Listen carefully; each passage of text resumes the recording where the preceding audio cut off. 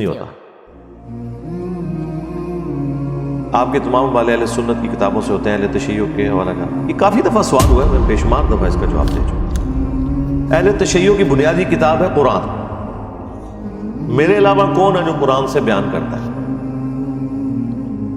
تو رہ گئی حدیث کی کتابیں, تو بہت بات کی چیز ہے. ہماری جو ٹیکسٹ بک ہے وہ تو قرآن ہے, تو لہٰذا یہ تو بالکل سراسر الزام ہے. قرآن بنیادی کتاب ہے سنی اور شیعہ کی, اور یہی ایک کامن فیکٹر ہے جس کے اوپر امت اکٹھی ہو سکتی ہے. ہمیں کوئی حدیث مجبور نہیں کرتی کہ ہم کوئی ایسا عقیدہ اختیار کریں جو قرآن کے خلاف ہے. جب سنی اور شیعہ کی بنیادی کتاب بھی قرآن ہے, حجۃ الوداع کے موقع پر بھی قرآن اور نبی علیہ السلام کی سنت, غدیر خم پر قرآن اور اہل البیت, ہر چیز سینٹرڈ اراؤنڈ قرآن ہے. تو یہ بالکل غلط بات ہے کہ شیعہ کی کتاب نہیں سب سے اوپر رکھی ہوئی ہے. سنی اور شیعہ کی کتاب قرآن ہے. رہ گئی حدیث کی کتابیں, تو اس کے ذیل میں بیان کی جاتی ہے. احادیث سے زیادہ آپ فقہی معاملات کے اوپر کوئی ڈسکشن کریں گے اعمال کے حوالے سے, اس میں بھی جو میجورٹی چیزیں کامن ہیں بتانے کی ضرورت نہیں ہے, وہ دونوں طرف کامن ہی ہوتی ہے. مثلا یہ حدیث جو ہے مسند احمد کے اندر موجود ہے, المعجم الکبیر طبرانی کے اندر موجود ہے, مشکات کے اندر بھی موجود ہے. اس کی سند میں کلام ہے جو مرفوع روایت ہے, لیکن موقوفاً مولا علی علیہ السلام سے روایت ہے فضائل صحابہ احمد بن حنبل کی کتاب میں, کہ مولا علی نے فرمایا کہ میری وجہ سے 2 فرقے جہنم میں جائیں گے اور 2 فرقے گمراہ ہو جائیں گے. وجہ سے مراد یہ نہیں کہ میں نے ان کو گمراہ کیا ہوگا, مراد یہ کہ وہ مجھے بنیاد بنائیں گے. اور جو مشکات میں جو روایت ہے طبرانی کے حوالے سے یا مسند احمد کے حوالے سے, اس میں تو الفاظ ہیں کہ نبی الاسلام نے فرمایا کہ تمہاری مثال اس امت میں عیسیٰ ابن مریم کی سی ہے. کرسچنز جو ہیں ان کے بارے میں غلو کر کے گمراہ ہوئے, اور یہودی ان سے نفرت کر کے گمراہ ہوئے. تو اب عیسیٰ ابن مریم کا تو کوئی قصور نہیں نا. یہاں پہ بھی حضرت علی بن ابی طالب رضی اللہ تعالی عنہ علیہ السلام کا کوئی قصور نہیں, بلکہ ان کی طرف جو لوگوں نے باتیں منسوب کی. تو اس حدیث میں آتا ہے کہ 2 فرقے گمراہ اور 2 جہنم میں جائیں گے, ایک میری محبت میں غلو کر کے, ایک میری دشمنی میں. اب یہ حدیث فضائل صحابہ احمد بن حنبل کی کتاب میں موجود ہے, مشکات کے اندر موجود ہے, اور یہ سیم حدیث اہل تشیع کے ہاں بھی پائی جاتی ہے اصول الکافی کے اندر. جس طرح اہل سنت کے ہاں صحیح بخاری ہے, 6 مین سٹریم کی کتابیں, ان میں بھی ٹاپ کے اوپر بخاری اور مسلم ہے. وہاں ٹاپ کے اوپر جو کتاب ہے اصول الکافی ہے, 4 ان کی مین کتابیں حدیث کی, اس میں بھی موجود ہے. لہٰذا اس حدیث کو چاہے سنیوں کی کتابوں سے بیان کیا جائے چاہے شیعہ کی کتابوں سے, اینڈ رزلٹ تو سیم ہے. اہل سنت کا پلیٹ فارم چونکہ ہم یوز کر رہے ہیں اس حوالے سے کہ دنیا میں 85% سنی مسلم ہے, شیعہ کو بھی ہم مسلم مانتے ہیں. اختلاف رائے اہل سنت کے اندر بھی پایا جاتا ہے اور باہر سنی شیعہ کا بھی آپس میں پایا جاتا ہے, لیکن بہرحال اپنی تمام تر کمزوریوں کے باوجود تمام مکاتب فکر کو ہم مسلمان سمجھتے ہیں. تو یہ چیز کوئی ضروری نہیں ہے.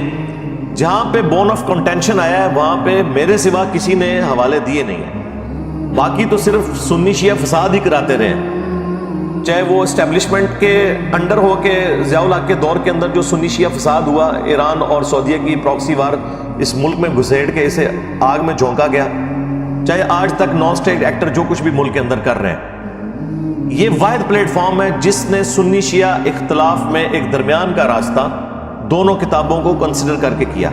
جہاں جہاں پہ اختلاف موجود ہے, آپ دیکھیں میں شیعہ کی کتابوں سے ریفرنس دیتا ہوں. خلفائے ثلاثہ کا جہاں پہ ایشو آیا, ایک غالی رافضی نے جب سیدنا ابوبکر صدیق رضی اللہ تعالیٰ عنہ کی توہین کی, تو میں نے کاؤنٹر نیریٹو کے اوپر ایک پوری ویڈیو ریکارڈ کرائی جس میں میں نے 7 ریفرنسز نہج البلاغہ سے دیے, جو اہل تشیع کے ہاں اتنی مقبول کتاب ہے کہ ان کی حدیث کی کتاب اصول الکافی کو بھی اتنی مقبولیت نہیں ملی جو مولا علی علیہ السلام کے خطبات کا مجموعہ نہج البلاغہ.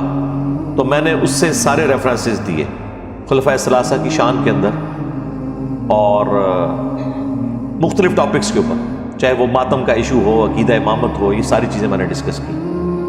تو جتنے بنیادی چیزیں وہ تو ہم ڈسکس کر چکے ہیں, اب اس میں سے مزید اور کوئی چیز نکالنے کی ضرورت نہیں ہے. ان سارے ٹاپکس کے اوپر میں ہی تو بات کرتا ہوں, باقی سب لوگ تو صرف الزامات لگاتے ہیں. ہمارے پاس یہاں پہ ایک سنی عالم کچھ عرصہ پہلے ہو کے گئے ہیں، مفتی فضل ہمدرد صاحب حفظہ اللہ تعالی. وہ ان کے والد صاحب بریلوی عالم ہیں، خود بریلویوں کے مدرسے میں پڑھے، مفتی منیب الرحمان صاحب کے. اس کے بعد وہ دیوبند کے مدرسے میں پڑھتے رہے، مفتی طارق مسعود صاحب کے مدرسے کے اندر، اور الٹیمیٹلی پھر وہ یعنی علماء کے اس سیٹ اپ سے متنفر ہو کے ایک آزاد خیال ہو گئے. پر ڈگری انہوں نے لے لی ہے. یعنی جو لوگ کہتے تھے نا ڈگری ہو، تو جو ڈگری والے ان کے اوپر مسلط ہو رہے ہیں وہ ہم سے زیادہ، بلکہ ہم تو خطرناک ہیں، وہ خطرے ناک ثابت ہو رہے ہیں، کیونکہ ان کے لیے تو کوئی بہانہ بھی نہیں نا رہا. تو وہ مفتی فضل صاحب کہتے ہیں میں جب بھی کسی سنی عالم سے رابطہ کرتا ہوں کہ بھائی میں نے آپ سے سنی شیعہ اختلاف ڈسکس کرنا ہے تو آپ مجھے ٹائم دیں، تو ساروں کا جواب ایک ہی ہوتا ہے کہ جی آپ ہمارے پاس آ جائیں، ہم آپ کو بتائیں گے کہ شیعہ کے اندر خرابیاں کیا ہیں. وہ کہتے ہیں یار میں آپ سے یہ پوچھنے آ رہا ہوں کہ شیعہ جو آپ کے بارے میں کلیم کرتے ہیں، آپ اپنا دفاع کریں کہ ہم سنی یوں نہیں ہیں جو آپ کہہ رہے ہیں، بلکہ ہمارے اندر یہ چیزیں نہیں ہیں. وہ کہتے ہیں یہ تو ہم نہیں ڈسکس کر سکتے. کیوں؟ چور کی داڑھی میں تنکا. کتنی حیران کن بات ہے. آپ حالت دیکھیں لوگوں کی کہ وہ ان سے پوچھ رہے ہیں کہ بھئی ہم آپ سے آپ کا فرقہ ڈسکس کرنے آ رہے ہیں.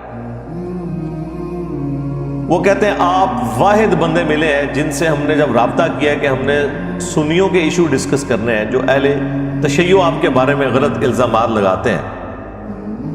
تو ہم نے انہیں کہا کہ رکو ذرا، صبر کرو، ہم صرف یہ ڈسکس نہیں کریں گے بلکہ ہم یہ بھی بتائیں گے کہ ہمارا شیعہ کے ساتھ کیا مسئلہ ہے، اور آپ کو یہ بھی بتائیں گے کہ وہ ہمارے اعتراض کے جواب میں کیا کہتے ہیں، اور ہم آپ کو یہ بھی بتائیں گے کہ اس کے جواب میں ہم کیا کہتے ہیں.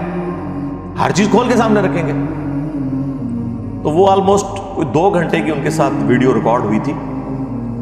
وہ ان کے آفیشیل چینل کے اوپر اپلوڈ ہو چکی ہے، ہمارے بھی چینل سے انشاءاللہ. انہوں نے کہا تھا 1 مہینے کا وقفہ کر کے آپ اپلوڈ کریں، تاکہ وہ چاہ رہے تھے ہمارے چینل کے اوپر اس کی ویورشپ اچھی آ جائے.